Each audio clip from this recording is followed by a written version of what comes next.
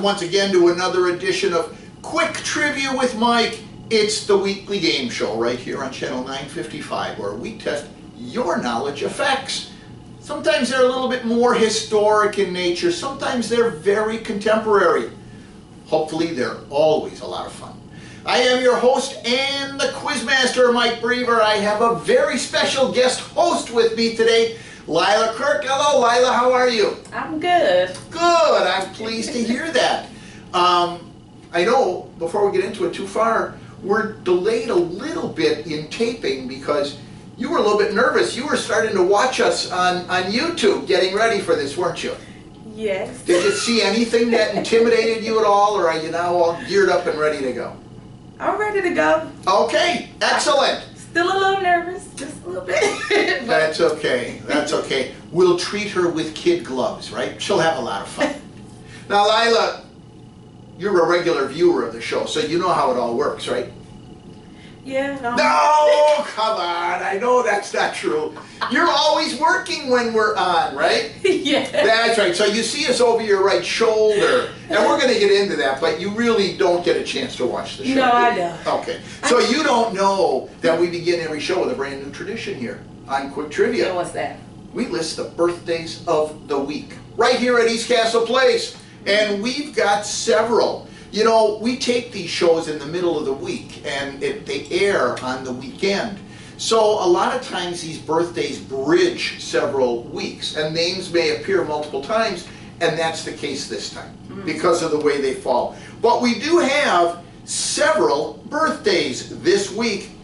We have birthday twins. We mentioned them last week, but we're going to mention them again. Eileen Olin and Richard Kniedler, both born on May 10th. Right. Birthday twins. On the 15th of May, Ann Joyce. On the 16th of May, Dr. Alex Hill. On the 18th of May, Liz Roosh. On the 26th of May, you'll hear this again next week, Nancy Setlock. And on the 28th of May, Betty Gore. Betty Gore has a birthday coming up. So, if you run into any of these people in the corridors over the next week or so, be sure to wish them a happy birthday, and be sure to wish them a happy birthday from all of us here at Quick Trivia. Right. Well, Lila, let's talk a little bit about you before we get into last week's questions, shall we? Sure. Everybody sees you all the time. You're probably one of the most visible people we have here at East Castle Place. But what exactly is your job title? Receptionist at East Castle Place. Receptionist, but it really is a lot more than that, isn't it? You're kind of the jack of all trades kind of person, right? Yes. Whatever needs to be done, you're the one who does it, or you know who can do it. Yes. And you summon help to get it done, right? Yes, and I pretty much have done just about everything at East Castle Place, to be honest, over the 20 years I've been at East Castle Place. We're going to get her into fundraising soon, because I think even though she's in charge of philanthropy when I'm out of the campus, we're going to get her more directly involved in fundraising soon, right? Sure. All right, well, I'm going to remember that you said sure, because I consider that a willing worker. How long have you been here now? I started with East Castle Place September the 11th of 2000, actually. So, and I've been back off and on ever since. but really, you almost have a 21-year history. Actually, you're almost at East Castle Place now. Almost 22 years. Almost 22 years? Yeah. That's a long time. You've seen a lot of things happen. You've seen a lot lot of of people construction. come and Yeah. go. Yeah. You've seen a lot of staff come and go, a lot of residents. You know, I guess the best way to put it is that East Castle Place, in spite of the fact that it's been here 137 years now, is a community of change. Yeah, and it's almost like home. It is. It's almost like home. I couldn't put it better. I'm here, I'm finishing my 4th year now, and I'll tell you, it really is like, I joke, but it's like being in your mother's arms, isn't it? It is. It's like a whole family. It is, I know. And it's the residents, it's the staff, you know, there's a feeling here that I just don't know that you get anywhere else. Nope, it's a feeling of belonging. Tell me about the construction now. How has that impacted what you do? You know what? It almost like second nature. It doesn't even bother me. Okay. It doesn't bother me at all. I think that the construction workers here now is probably better than the construction workers that we've ever had here. Just because... C.G. Schmidt, do you think that that's the key? The company Yeah, we're working with now? Yeah, I think they work very close with us. Yeah. Closer than any of the people that worked here before. You know, the one that I work closely with at C.G. Schmidt is Carla. Me too. And I mean, she's really a sweetheart. If you haven't met Carla yet, you will. She's going to be hosting some of the 955 video updates of the construction, and you'll all get to know Carla very well.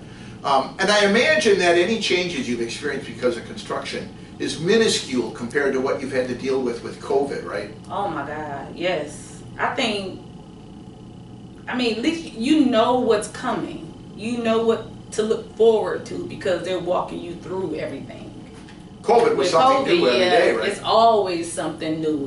It's always like an uphill battle with COVID. Okay. With the construction, they are actually making you feel comfortable. They're walking you through. It's like they're blanket. They give you a blanket. Like, I like that. COVID makes you feel like it's an uphill battle Yeah. every day. But now it's like we're being wrapped up in a blanket. right. There's a comfort level, I think There might be a is. good way to put it, right? Right. Yeah, I think as you get to know all these workers and see them around campus, you're going to like them as well. They're all really friendly, wouldn't you say? all of the construction workers, they're so safe. Everybody's very safe. And they go out of their way to not be in the way. Exactly. Yeah. Exactly. They go out of the way not to be in the way. I'm going to coin that phrase. But you can quote me if you want, as long as you give me credit for it. Yeah. Okay? All right. Mike said it first. There you go. All right. Well, Lila, we're going to take a look at last week's questions. Okay? Now, these you can answer if you want. Okay? Okay. Because our viewers have been pondering these questions for a week already, and here's where I'm going to reveal the answers. So we'll see how you do with them. People that are regular viewers of the show know that I really enjoy history. And we talked a little bit about Civil War history. Okay. There was a general from the South by the name of Stonewall Jackson. We talked about the fact, do you know how he got his name? How? At the First Battle of Manassas, which was also called Bull Run. If you were from the north, the battle was named after the nearby creek. If you were from the south, it was named after the nearby town. So Manassas and Bull Run are actually the same battle. And there were two of them. There was one in 1861, there was one in 1863. Okay? At any rate, in the first Battle of Bull Run, the Confederates were in the process of being routed. And all of a sudden, somebody said, stop, halt, look, there is General Jackson like a stone wall. Let's go back and help him hold the line. And the name stuck. He actually was Robert E. Lee's right-hand man until he died in 1863. He died just before the Battle of Gettysburg. Many people think that if he'd have been alive yet, the South may have won because he really saw. That's my fault. What? Sorry. Oh, that's all right. No. We're gonna just keep on going. Oh, sorry. Because you folks are much more important than phone calls. Lila's gonna be able to get that shortly. I apologize. Don't worry about it. I know she's a very busy person and people are looking for her. At any rate, General Stonewall Jackson died in a very, very odd way. And I asked our viewers how he died. How? He died shortly after the Battle of Chancellorsville. Chancellorsville was, in fact, a South victory. And that's what led Lee to believe he could invade the North. He wanted to get Europe on the side of the Confederacy. He knew they'd need to see a big victory. It turns out that General Jackson was shot in the arm. Back in those days, if you're shot and a bone is impacted, they have to amputate. That was the only way to cure. Otherwise, gangrene sets in. He died of pneumonia 2 weeks later. as a result of recovering from this. How did General Jackson get shot? That's what I asked my viewers. Do you have a guess? In a very odd way. In a very odd way. Not with a gun? Oh no, he was shot with a gun. He was shot with a gun. But he was shot by his own men. Back in those days, they didn't have things like drones and things like that. If you wanted to see what was going on, you had to go up and see for yourself. So at dusk one night, he and his advanced team of senior officers advanced to the front lines so that they could see the position of the Union. As it turns out, they got confused. They went too far. They went beyond their lines. As they're coming back, the Confederate sentries don't understand that these are their own leaders, and they open fire. Stonewall Jackson is shot in the arm. The arm gets amputated. He develops pneumonia, and actually it was 8 days later he died. What did he do? Raise his hand up and tell him to move forward? Or? When you're sitting on a horse, you're a big target.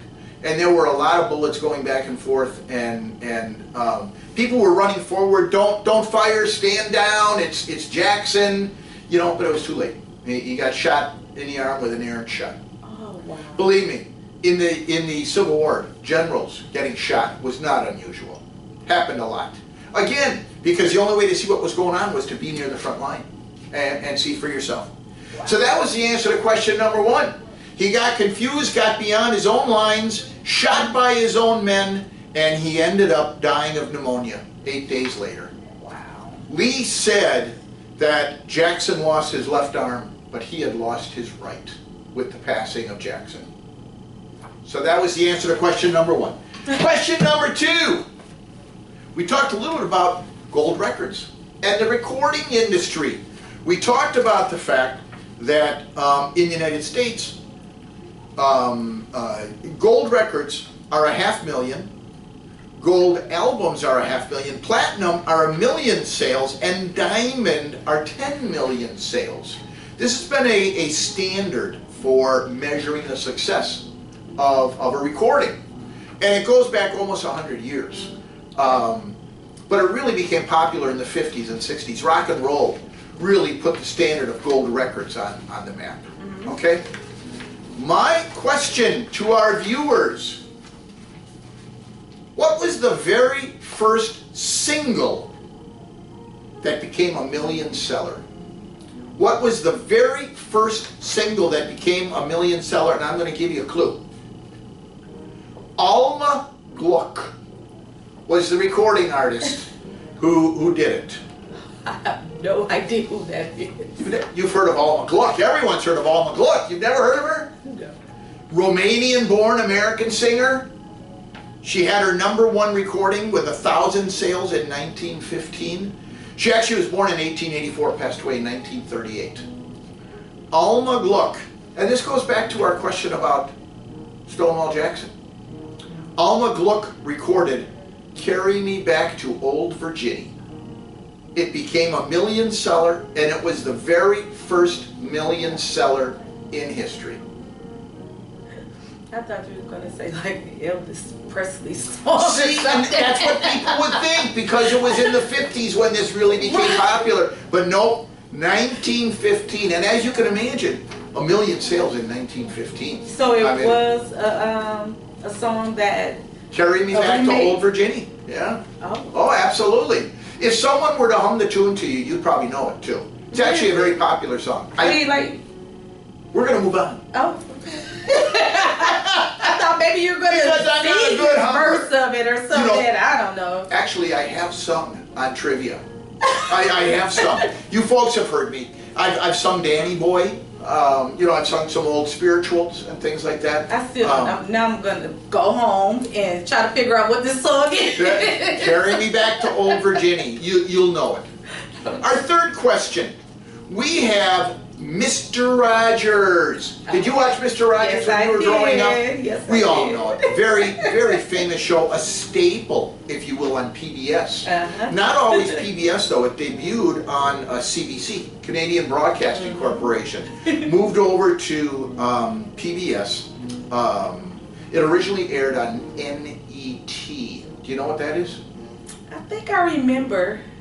Not. NET? Now it's WNET. Because it was located in New York at the time. Stood for National Educational Television. National Educational Television became PBS. It was the flagship at one time, and so the New York affiliate of PBS is known as WNET. All this stuff you learn on Quick Trivia, see? I hope you're taking notes so you can go home and stump your own family. Right. Mental notes, yeah. At any rate, Mr. Rogers was on PBS for a long, long time. It could be seen in reruns on PBS until August 31st, 2007. It and Sesame Street really created children's programming. Now, you know, I grew up in the era of Captain Kangaroo and Romper Room. I know those are way too old for you. Yeah, no. See how she laughs?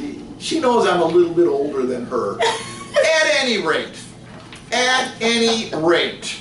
on May 9th, 1969, Mr. Rogers did something that changed television forever. And I asked our viewers what it was. What did Mr. Rogers do? It actually changed society. What did he do? It changed. You don't even have a guess? Did he retire? No, I just said Mr. Rogers was on TV until August 31st, 2001. But on May 9th, 1969. Oh, 69. May 9th, 1969, which actually, by the way, 1969 is when Sesame Street debuted. That's when PBS was actually incorporated as a network. But what did he do on May 9th, 1969? I have no idea. What did he do? He had a role player on his program. The actor's real name was Francois Clemens. Francois Clemens played a police officer, Officer Clemens. He co-starred in the show from 1968 to 1993. Although, you know, co-stars on Mr. Rogers. You know, I mean, you know, King Friday, they were as much co-stars as the real characters as well. But Francois Clemens had a real role. He was Officer Clemens. And what Fred Rogers did on May 9th, 1969 is he broke the color barrier. That's what I was actually thinking. He and Officer Clemens I wasn't born shared, then. they cooled off their feet in a wading pool. They cooled off their feet together in a wading pool. And at that time, there actually were still color barriers So in many areas. he integrated. He did. He did. He set a new standard. So, you know, a lot of television changed because of really strong people like Fred Rogers in very subtle ways, you know, and that's where television really plays a role, in its subtle ways. You know, people look nowadays at like Fox News, MSNBC, CNN. Those are TV shows that hit you over the head. Television at its strength is when it's subtle and when it helps you grow and mature. Oh, he definitely changed And that's what he did. Yeah, he changed history. He did. There are people who grew up with Fred Rogers as their best friend, basically, on a daily basis. So that's what he did. That was the answer to question number 3. On May 9th, 1969, he broke the color barrier. Fred Rogers, a good man, a good man.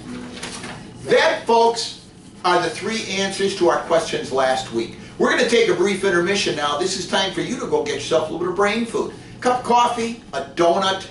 I have some real fun questions for you in the second half. Hurry back. Lila and I are going to be right here. Donut.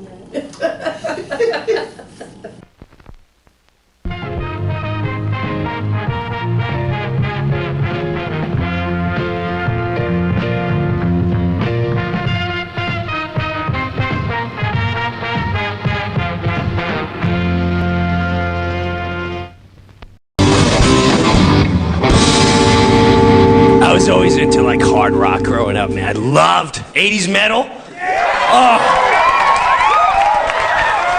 How did I not? Rob Halford of Judas Priest, boy. He come out with his leather pants on and just scream.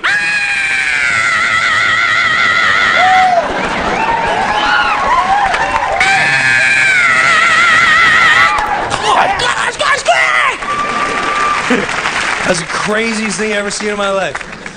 And the most fun band I've ever seen is AC/DC. If you've never seen AC/DC, go see them. The guys are 50 years old.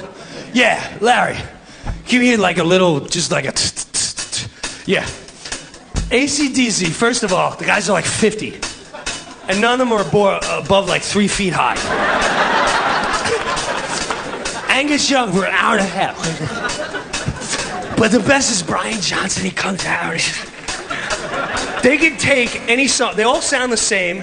It's always the same concert, but it rocks. They can take the Hokey Pokey and tear it up. They gotta come out like, put your left foot in.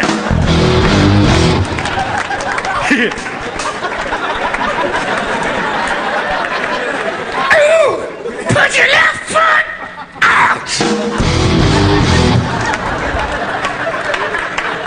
Put your left foot in. Then you shake it. Shake it. Shake it all about doing the hokey pokey.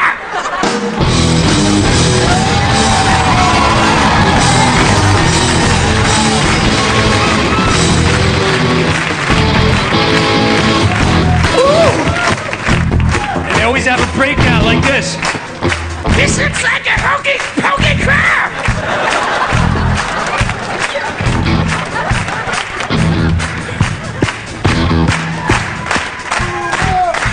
You guys want to do the hokey pokey? Repeat after me. You ready? You ready? You ready?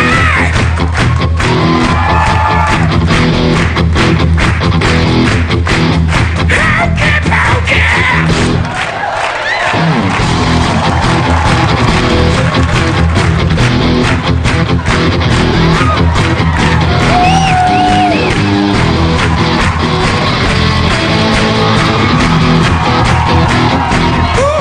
You can never understand a word he says, but it sounds so awesome.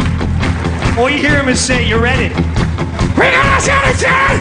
Keep your hands covered. And then let's turn. Press them out. You ready? Repeat after me. 1, 2, 3. Hokey pokey. Ooh. 2 more. You ready? Ooh. 1, 2, 3. Hokey pokey. This one, I want you to take out all your anger. Ooh. Your wife makes you crazy. Your boss, you want to kick him in the nuts. Make it dangle out the back of his honey. One last primal scream. Come out. 1, 2. Hokey pokey. You guys been a lot of fun. Thanks for hanging out.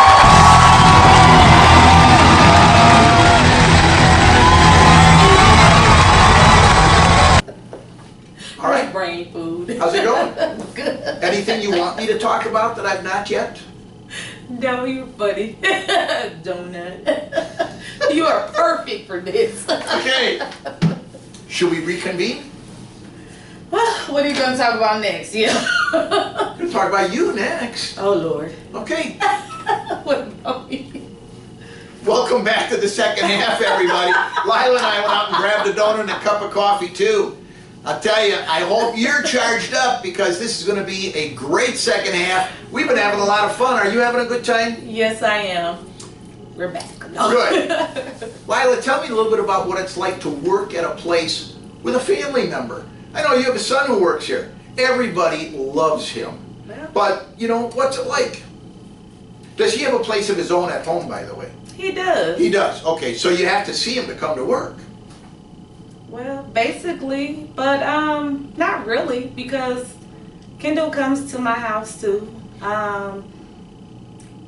He lives closer to this side of town. I live in the West Allis area. Okay.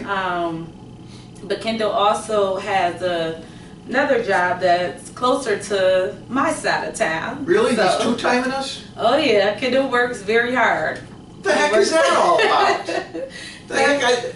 We give him more hours if he needs more money. Kendall works 2 jobs. He's Okay. a hard-working guy. He's a really good guy. He is. You know, just the other day, you folks don't see this about Kendall because he's very quiet. He's always in the background. He's one of the people that really, if this place looks like it never changes, it's always clean, it's always friendly, he's one of the people behind the scenes making it that way. Yeah. He actually, the other day, I asked him to come down. I had to move a desk that I think 3 people are buried in. And Kendall came down, I'm telling you, he lifted half that desk by himself. It was stunning. It's really nice to have a guy like him around here. And he's always a willing worker, as are you. You taught him well.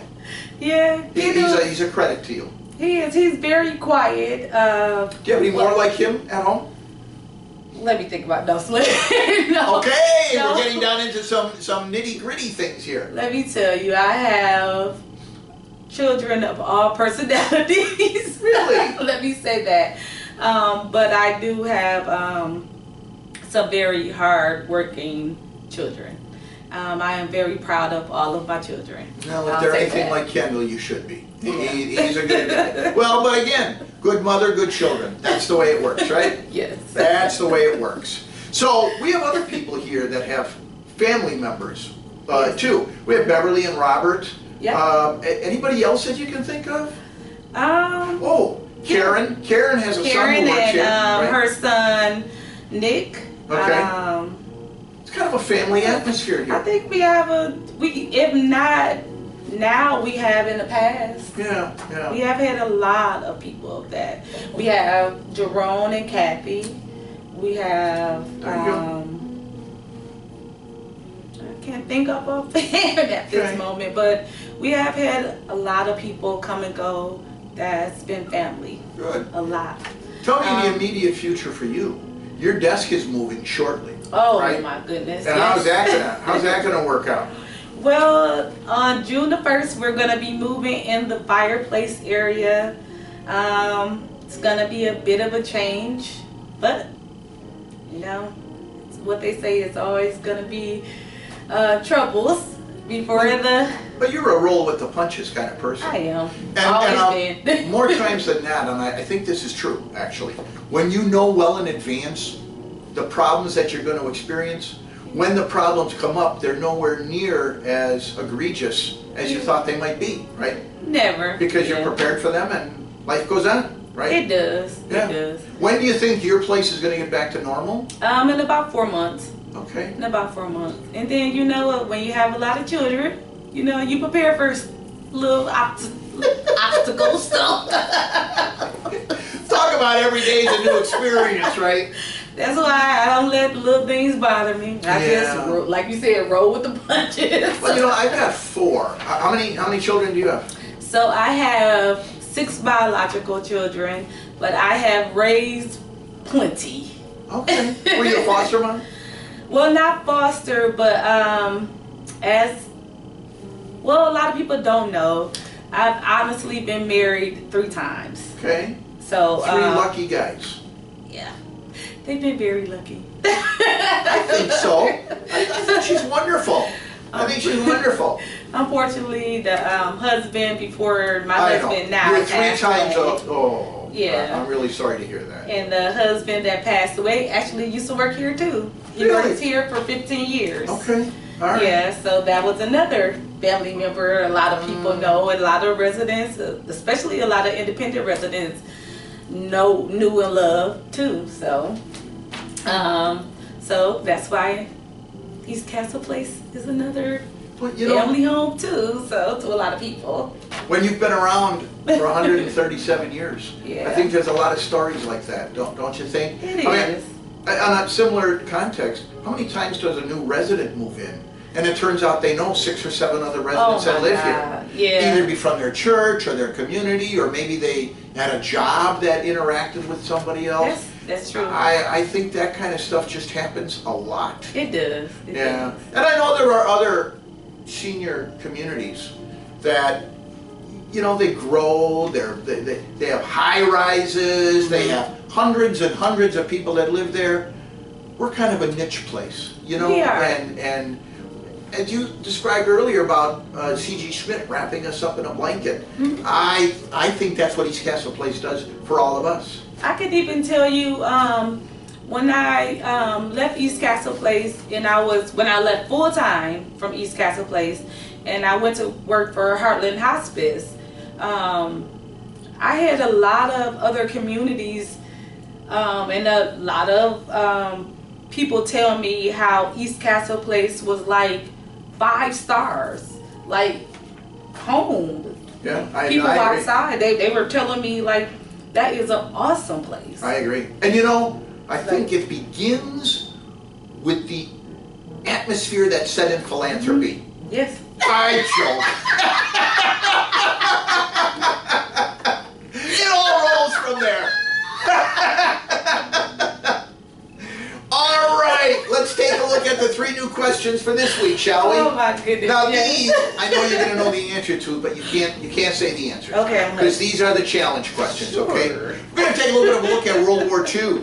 You know, 60 million people died in World War II. Did you know that? I did not. 20 million Russians died in World War II. Stalingrad was just an enormously painful experience for the Russians. So many people died there, and it was such a bitter battle. But it changed society in more than just the battles. There were tremendous effects upon society itself. Specifically here in the United States, with the bombing of Pearl Harbor on December 7th, 1941, this country geared up.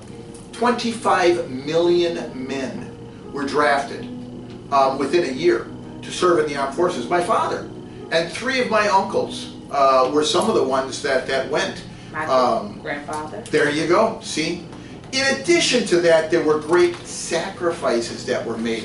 There were factories that used to make cars and household items that suddenly are making tanks and transport materials. They're building ships. And so there had to be a lot of sacrifice among the citizens of America. Rosie the Riveter became an iconic World War II image because women, for the first time, whole force went off and became workers to sustain society because we had so many people that were off fighting the battle. There were things like victory gardens. People were encouraged to plant vegetables in their backyards because we were shipping so much food overseas to our own boys in service over there. So people were encouraged to save as much as they could by growing their own food. Carpooling really became a major issue in World War II. You know, because people were encouraged to conserve because we were sending so much overseas. In addition to that, a lot of the rubber that we get comes from Southeast Asia, and Japan was wreaking havoc, so we didn't have access to that. And so we really had to work hard to conserve rubber. We also, ultimately, 17 states kicked it off on May 15th, 1942, but we ultimately went to gas rationing as well. So we were conserving rubber, we were doing gas rationing. In addition to that, there was something implemented nationwide called a victory speed limit. A victory speed limit. My question to you, what in the world is a victory speed limit that was implemented nationwide in World War II? That's question number 1. I know you all know the answer to that. Lila has it on the tip of her tongue, I can tell. We're going to go way back in history now. We're going to take a look at Renaissance art. Michelangelo. Michelangelo di Lodovico Buonarroti Simoni. Born March 6, 1475, died February 18, 1564. Long time ago. Michelangelo, one of the most famous artists of his era, and because he was so talented, one of the most famous artists of all time. You know, there are things that he has done that have defined Renaissance art. The Pietà is one, the statue of Mary holding Jesus after crucifixion. And in fact, many people have just taken copies of the face of Mary in her loving gaze and done replicas of that. Michelangelo's Il Divino, which is a name that was given to him by his contemporaries because he was so well respected, and so many of the things that he did were religious in nature. Of course, in Renaissance times, the church was the most dominant thing in cultural society at that time. Everything revolved around the church. Wars revolved around the church. One of the most famous things he did was the Sistine Chapel. From 1505 to 1512, it really cemented his tie to the church and the works that he did. Of course, the length of time it took to do it really was a thorn in the side to the Pope. He thought it would be a year or two, and it turned out to be like 7 years. However, one of the most famous statues he did was the marble sculpture of David. It is placed in front of the Piazza della Signoria after its completion. Many people don't know this, but it was originally commissioned to be in the Florence Cathedral. It subsequently, in 1873, was moved to the Accademia Gallery in Florence. My question to our viewers: it was commissioned for the Florence Cathedral. Why was it never placed there? It was placed in the Piazza della Signoria, and it ultimately went to the Accademia Galleria in Florence. Why did it never appear in the Florence Cathedral as it was intended? Yeah, I could think of one reason. No, I know you know the answer, but don't give it. I won't. Don't give it. Question number 3. Contemporary history. At least contemporary for me. This is probably something Lila even knows. I'm not sure. Do you remember Dan Quayle? Yes. Vice President for George Herbert Walker Bush? Yeah. Yeah, born February 4th, February 4th, 1947. He's actually still alive. He was the 44th Vice President of the United States. Served in that capacity from 1989 to 1993. You know, he actually was a brilliant man. But wasn't he a lot younger? He was. Okay. He was. He actually was Bush's running mate in '92. He ended up losing along with Bush because you remember Clinton beat Bush in '92. George H.W. Bush only served 1 term. He actually subsequently ran for president, but he did not get elected. His term as vice president was his last in public office. He was a native of Indianapolis. He obtained his law degree from the Indiana University Robert H. McKinney School of Law in 1974. He actually practiced law in Huntington, Indiana. You know, however, that he was very famous for his gaffes. Throughout his time as vice president, he was known for getting tongue-tied a bit. Said some amazingly unique things. I've made good judgments in the past. I've made good judgments in the future. Something like that. I believe we are on an irreversible trend toward more freedom and democracy, but that could change.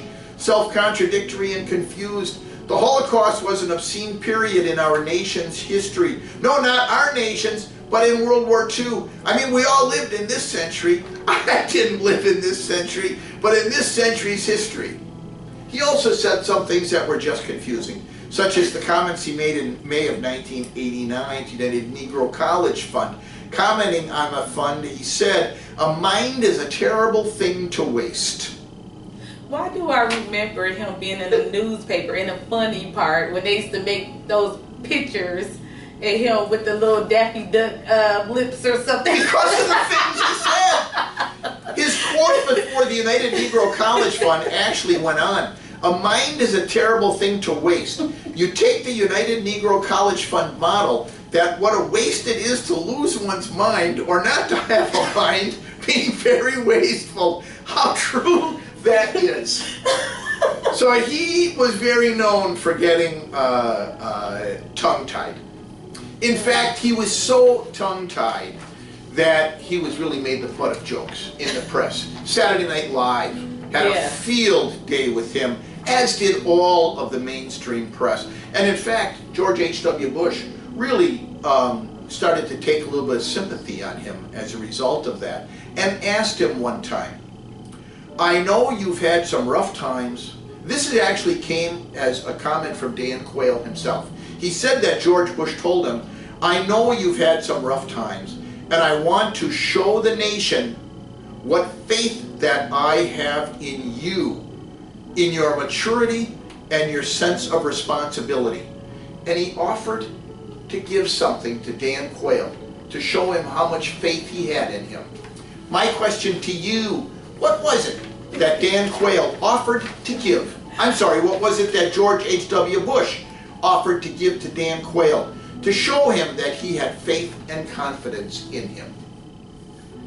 That is question number 3.